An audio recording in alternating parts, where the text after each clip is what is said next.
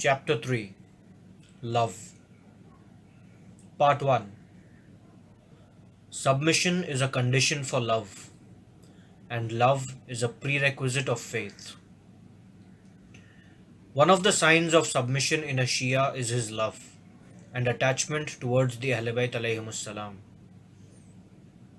It is a sign of recognition of Imams alayhis salam, especially in the period of occultation. As far as love is considered, it is sufficient to say that it is the foundation of Islam. Imam Sadiq alayhis salam asserts, لِكُلِّ شَيْءٍ أَسَاسٌ وَأَسَاسُ الْإِسْلَامِ حُبُّنَا أَهْلَ الْبَيْتِ. Everything has a foundation, and the foundation of Islam is the love for us Ahlul Bayt alayhis salam. Usul Kafi, Kitabul Iman wal Kufr, Bab Nisbatul Islam, Tradition 2. Therefore, traditions have introduced love of the Ahlul Bayt alayhis salam as the highest and most privileged form of worship. Imam Sadiq alayhis salam informs further,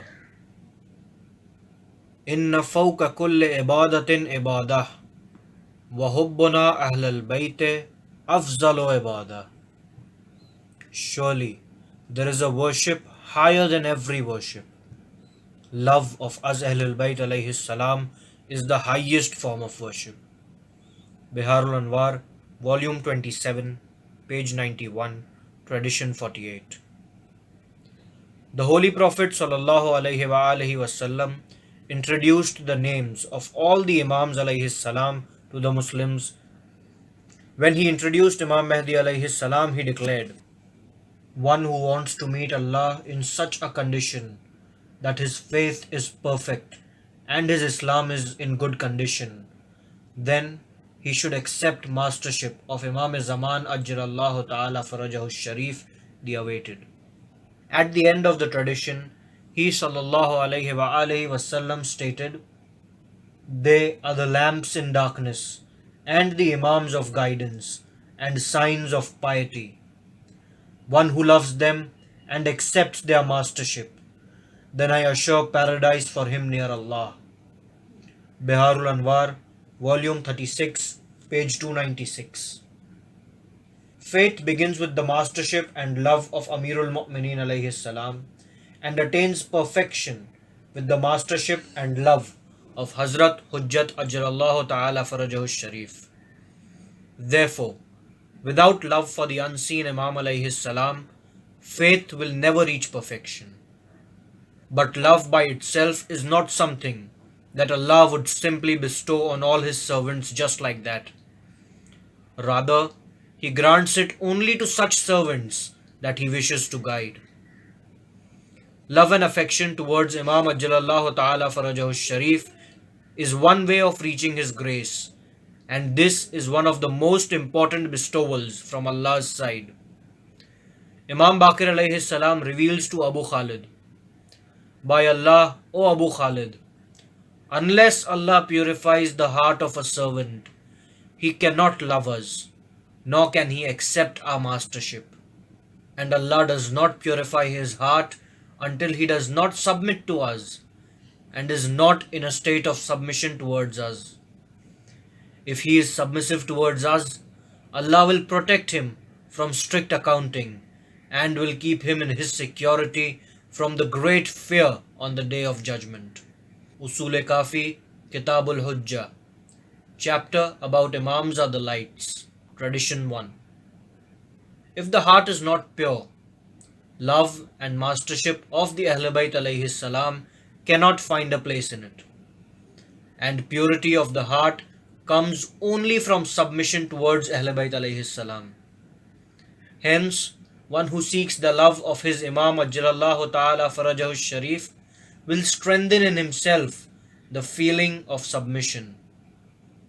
As he scales the peak of submission, the purity of his heart will increase, and consequently his attachment and affection towards Imam Ajjalallahu Ta'ala Farajahu Sharif will intensify. The way to perfect the feeling of submission is that man should try in every matter to act as per the wishes of the Imams alayhi salam and should not have an opinion against them. He must always give preference to their wishes over his own and over that of others.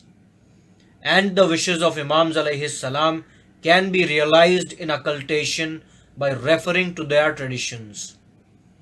This particular trait can help man in scaling the highest peaks of faith.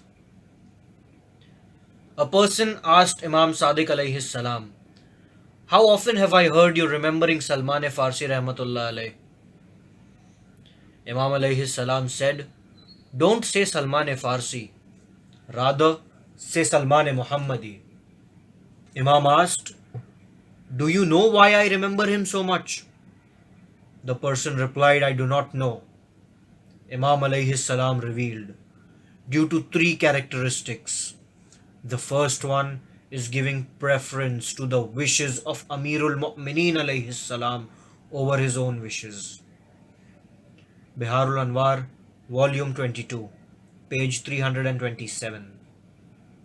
Thus, Salman Muhammadi Rahmatullah alayh scaled such a high peak that Imam Sajjad alayhi salam uses the term Minna Ahlul Bayt, from us Ahlul Bayt.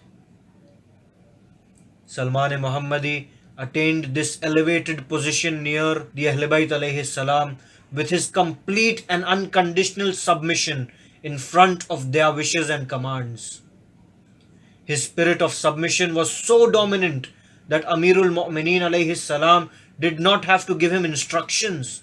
Rather, the moment he knew his Imam's implicit wish, he rushed to implement it and gave it preference over his own wishes. Indeed, this position is higher than the position of obedience concerning Imam's explicit wishes.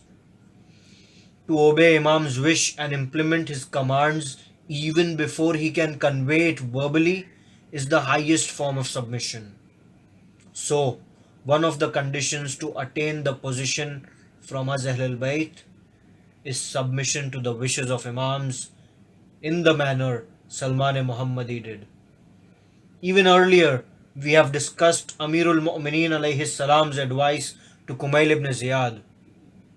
La ta'khuz illa ana takun minna. Don't acquire knowledge but from us.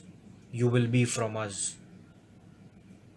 Submission in the period of occultation can only be realized by referring to the traditions of the Imams alayhi salam and being bound to them concerning all our problems and uncertainties in belief, action, or worldly affairs. In this period, when there is restricted access to Imam Ajjalallahu Ta'ala Farajahu Sharif, one should take additional precaution in binding oneself to the traditions of the Imams alayhi salam. Separation from Imam Ajjalallahu Ta'ala Farajahu Sharif must not make us lax in submitting to his wishes and commands. Part 2. Crying for Imam Ajjalallahu Ta'ala Farajahu Sharif out of intense attachment. Love is one of the most powerful emotions that is directly related to the level of recognition and attachment towards the beloved. So, higher the level of recognition, more intense would be the affection and attachment.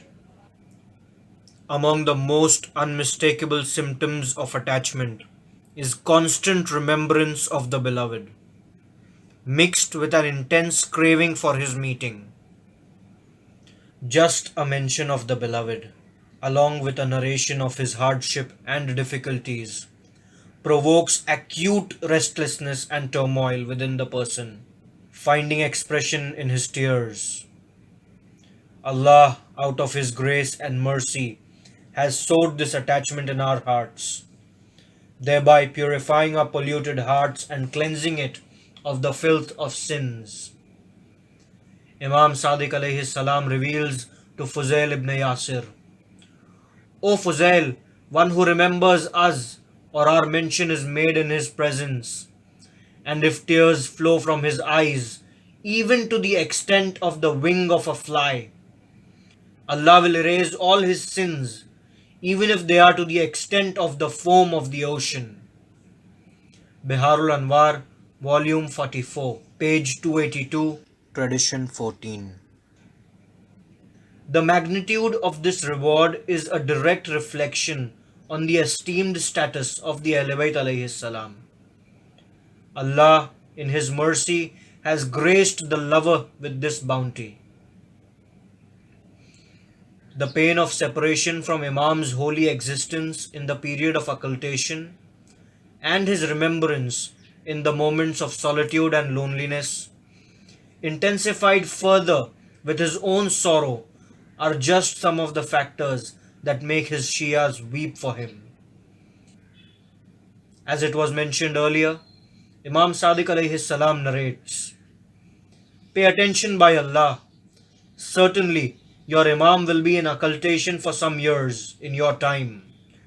The eyes of the believer will surely cry for him." Kamaluddin, chapter 33, tradition 35. How valuable is the painful heart, wails, and tearful eyes of longing near Imam Sadiq alayhi salam, that he has prayed especially for such Shias. Muawiyah bin Wahab narrates, "I saw Imam Sadiq alayhi salam in prostration. He was praying for the visitors of the shrine of Imam Hussein alayhi salam at Karbala. O Allah, those eyes which cry for us, make them a place of your mercy. Shower mercy on those hearts which are restless and burn for our sake. Show mercy to those who wail and complain for us." Kamiluz Ziyarat, page 117. This is the reward of the tears that are shed out of sympathy and grief from intense longing for Imam Ajalallahu Ta'ala Farajahu Sharif in the period of occultation. Indeed, how incredible is the reward and how amazing is the glad tidings that Imam alayhi salam has promised those who shed a few tears for the Ahlul Bayt alayhi salam. This is one of the reasons why Dua-e-Nudba has been highly recommended on the four Eids: Fitr, Azha, Ghadir, and Fridays. These are the four most important days on which Allah showers His mercy upon His creatures. On the days of Eid, Allah establishes everything on the earth for the sake of Imam Ajalallahu Ta'ala Farajahu Sharif's holy existence. Ghadir is the day when Muslims renew their allegiance with the Imam appointed by Allah. And now that the divinely selected Imam is absent, the Muslims must wail and complain by remembering him at all times and feel the pangs of separation. أين الطالب بدم المقتول بكربلاء? Where is the one who will avenge the blood of the martyrs of Karbala? أين المضطر الذي يجاب إذا دعا? Where is the distressed one who is answered when he calls? In this supplication, friends of Imam Ajalallahu Ta'ala Farajahu Sharif express their restlessness at the separation from him thus: Yabna Taha wal Muhkamat, Yabna Yasin wal Zariyat, Yabna Ture wal Adiyat, Layta Shari Aynas Takarrat Bikan Nawa, Azizun Alayya An Aral Khalka Wala Yura, Wala Asma'u Laka Hasisan Wala Najwa, Azizun Alayya An Abkiyaka wa Yakhdulakal Wara. O son of Taha and clear verses, O son of Yasin and Zariyat, O son of Tur and Adiyat, I wish I had known where you are living. It is indeed intolerable for me that I see everybody, but I am unable to see you, and I do not hear your sighs and whispering. It is indeed unbearable for me that all have deserted you, while I still cry for you. While seeking other friends and companions of Imam Ajalallahu Ta'ala Farajahu Sharif, we wail, هل من معين فأطيل معه الأويل والبقاء هل من جزوء فأصائد جزاء إذا خلا هل قزيت عين فساعدتها عيني على القضاء. Is there any supporter along with whom I may prolong my wailing? Is there a restless friend with whom I may share his restlessness? Is there an eye which is afflicted with excess crying that I may sympathize with it? These are but some of the expressions of the friends of Imam Ajjalallahu Ta'ala Farajahu Sharif that emanate from the hearts on the occasion of Eid. These expressions serve to highlight the grief of the friend on separation from his beloved master on an important occasion like Eid. Part 3. Friendship with the friends of Imam Ajjalallahu Ta'ala Farajahu Sharif and enmity with his enemies. One of the prime requisites of love and affection towards Imam Ajjalallahu Ta'ala Farajahu Sharif is that one must seek proximity with his friends and distance himself from his enemies. This particular aspect has been emphasized with some detail in the period of occultation. Glad tidings to the one who understands the Qaim of my Ahl Bayt alayhi salam. While he believes in his imamat during occultation, preceding his reappearance, and befriends his friends, and maintains enmity with his enemies, such a person is from my friends, and will be from the most honorable of people on the Day of Judgment. Kamaluddin, Chapter 25, Tradition 2. It must be noted here that friendship with Imam's friends and enmity with his enemies is not distinct from his mastership.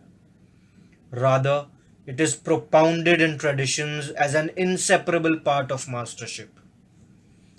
In another tradition from Imam Musa Kazim alayhi salam, this particular aspect has been outlined thus. Glad tidings to our Shias who are attached to our rope of mastership in the time of occultation of our Qaim, are steadfast on our friendship and are aloof from our enemies.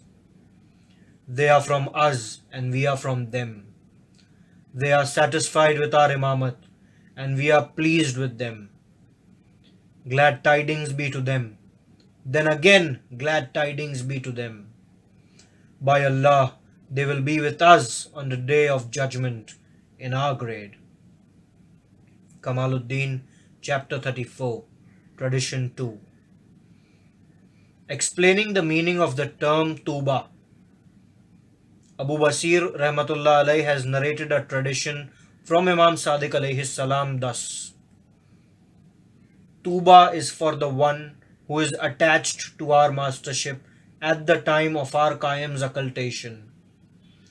Then his heart is never deviated after guidance. Abu Basir Rahmatullah alayhi asked Imam alayhi salam, "May I be sacrificed for you? What is Tuba?" Imam alayhi salam replied, "It is a tree in paradise. Its trunk and roots are in the house of Imam Ali ibn Abi Talib alayhi salam, and a branch from its branch is in the house of each believer. And this is the meaning of Allah's saying, Tuba lahum wa husnu ma'ab. Tuba and food is for them." Surah Ra'd 29. Tradition from Kamaluddin, Chapter 33, Tradition 55. From this tradition, we can gauge the significance of befriending the friends of Ahl Bayt alayhi salam and distancing oneself from their enemies. This act is so important near Allah that He will reward for it with a position in the neighborhood of Ahl Bayt alayhi salam, and such a person will enjoy an exalted status near the Holy Prophet sallallahu alaihi wasallam on the Day of Judgment. This means that if a person is from the friends of Ahl Bayt alayhi salam, he should be befriended and not be spurned and deserted. It is quite possible that this person is a sinner, in which case it is necessary to despise his evil action while holding him dear because of his status near Ahlul Bayt alayhi salam.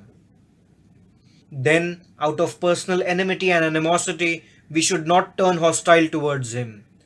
Rather, we should become proximate towards him because of his love for Ahlul Bayt alayhi salam. In fact, such a person should be given preference over others who are more cultured and ethical but do not love Ahlul Bayt alayhi salam. In other words, the only benchmark of friendship must be one's love for the Ahlul Bayt alayhi salam. And this is a test of sincerity for the one who possesses recognition of the Imams alayhi salam.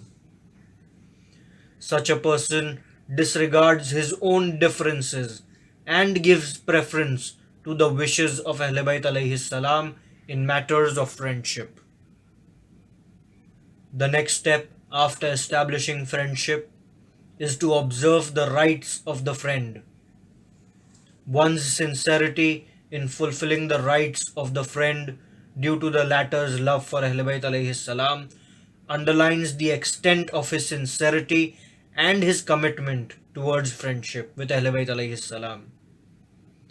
Then one who is indifferent in observing the rights of a friend has in fact shown indifference and disregard for the Ahlul Bayt alayhi salam.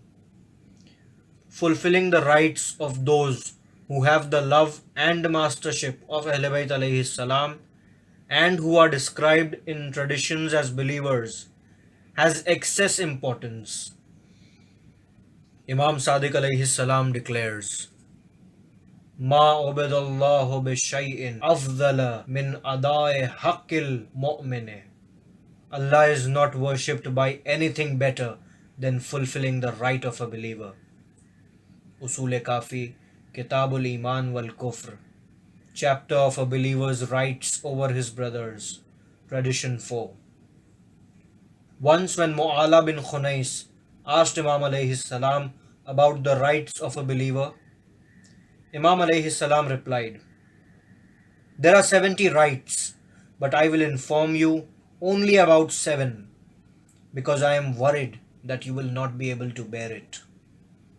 Thereafter, Imam alayhi salam explained those 7 rights thus: Do not be satiated when he is hungry. Do not be clothed when he does not have clothes to wear. Be a guide for him, and be a dress for him that he wears, that is, conceal his defects. Be a tongue for him with which he speaks. Whatever you desire for yourself, desire the same for him. If you have a servant, send him to your brother in faith, so that he may sweep his floor and prepare his bed, and make effort day and night to fulfill his needs. If you are like that, then you have joined your mastership with our mastership, and our mastership with Allah, the Almighty's mastership. Usul Kafi, Kitabul Iman wal Kufr, chapter of a believer's right over his brother, tradition 14.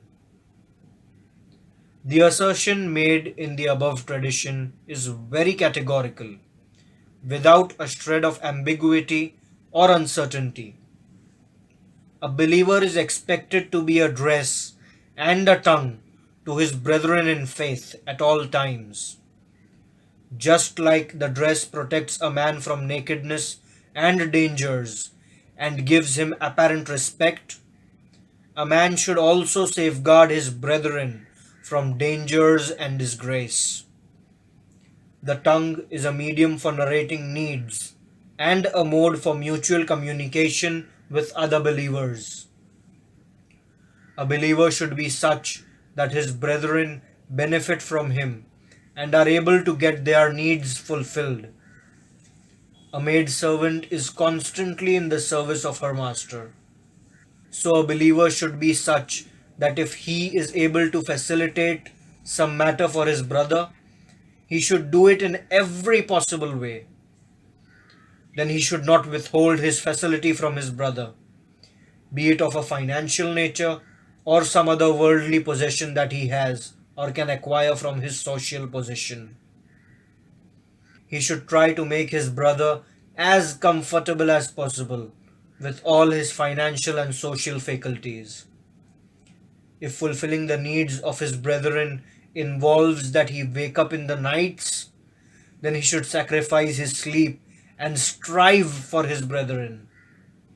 This offers a brief insight into the rights of believers over each other.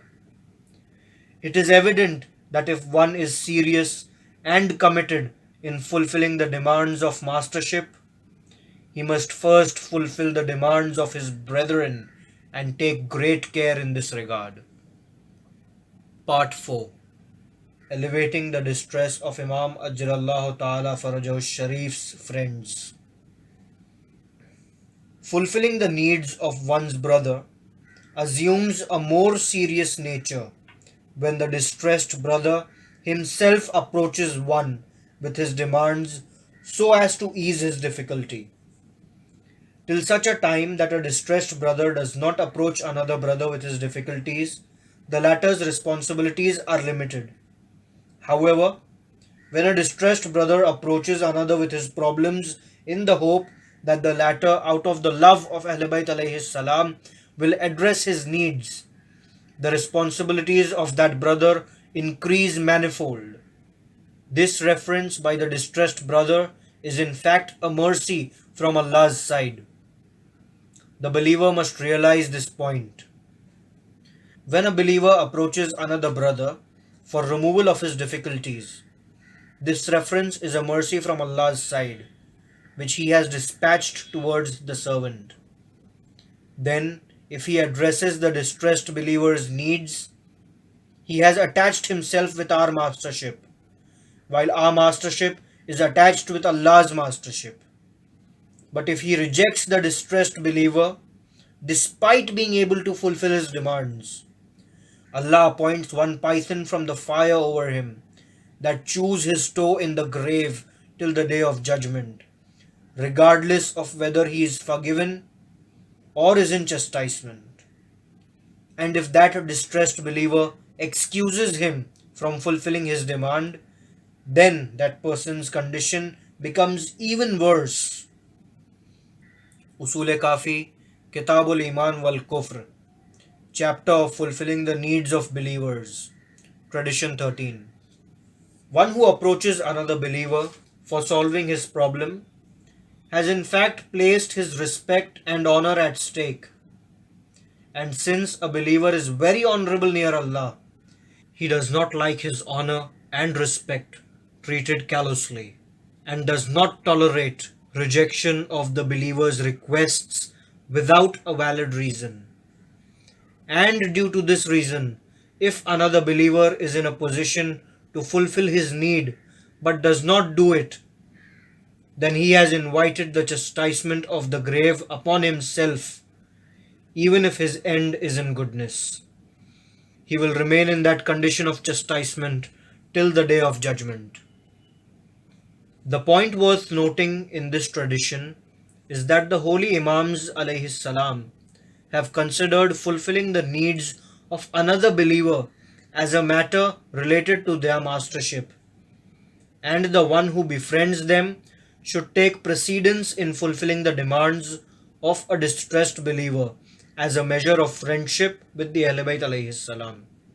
His intention behind fulfilling the demand of another believer is to fulfill the rights of his mastership of Ahlul Bayt alayhi salam.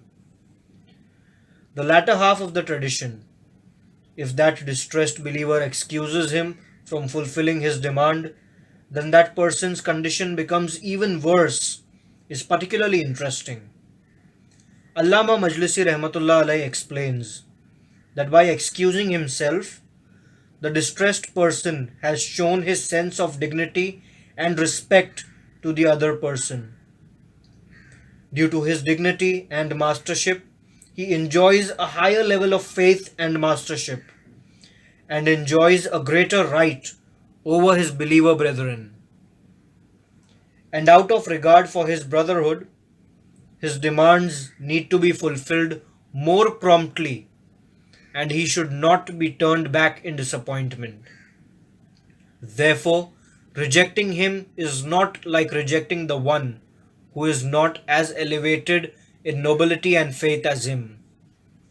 Rejecting a believer with strong faith and high nobility is a more serious offense near the Ahlul Bayt alayhi salam as compared to rejecting an ordinary believer. Therefore, under no condition should a believer be left to fend for himself.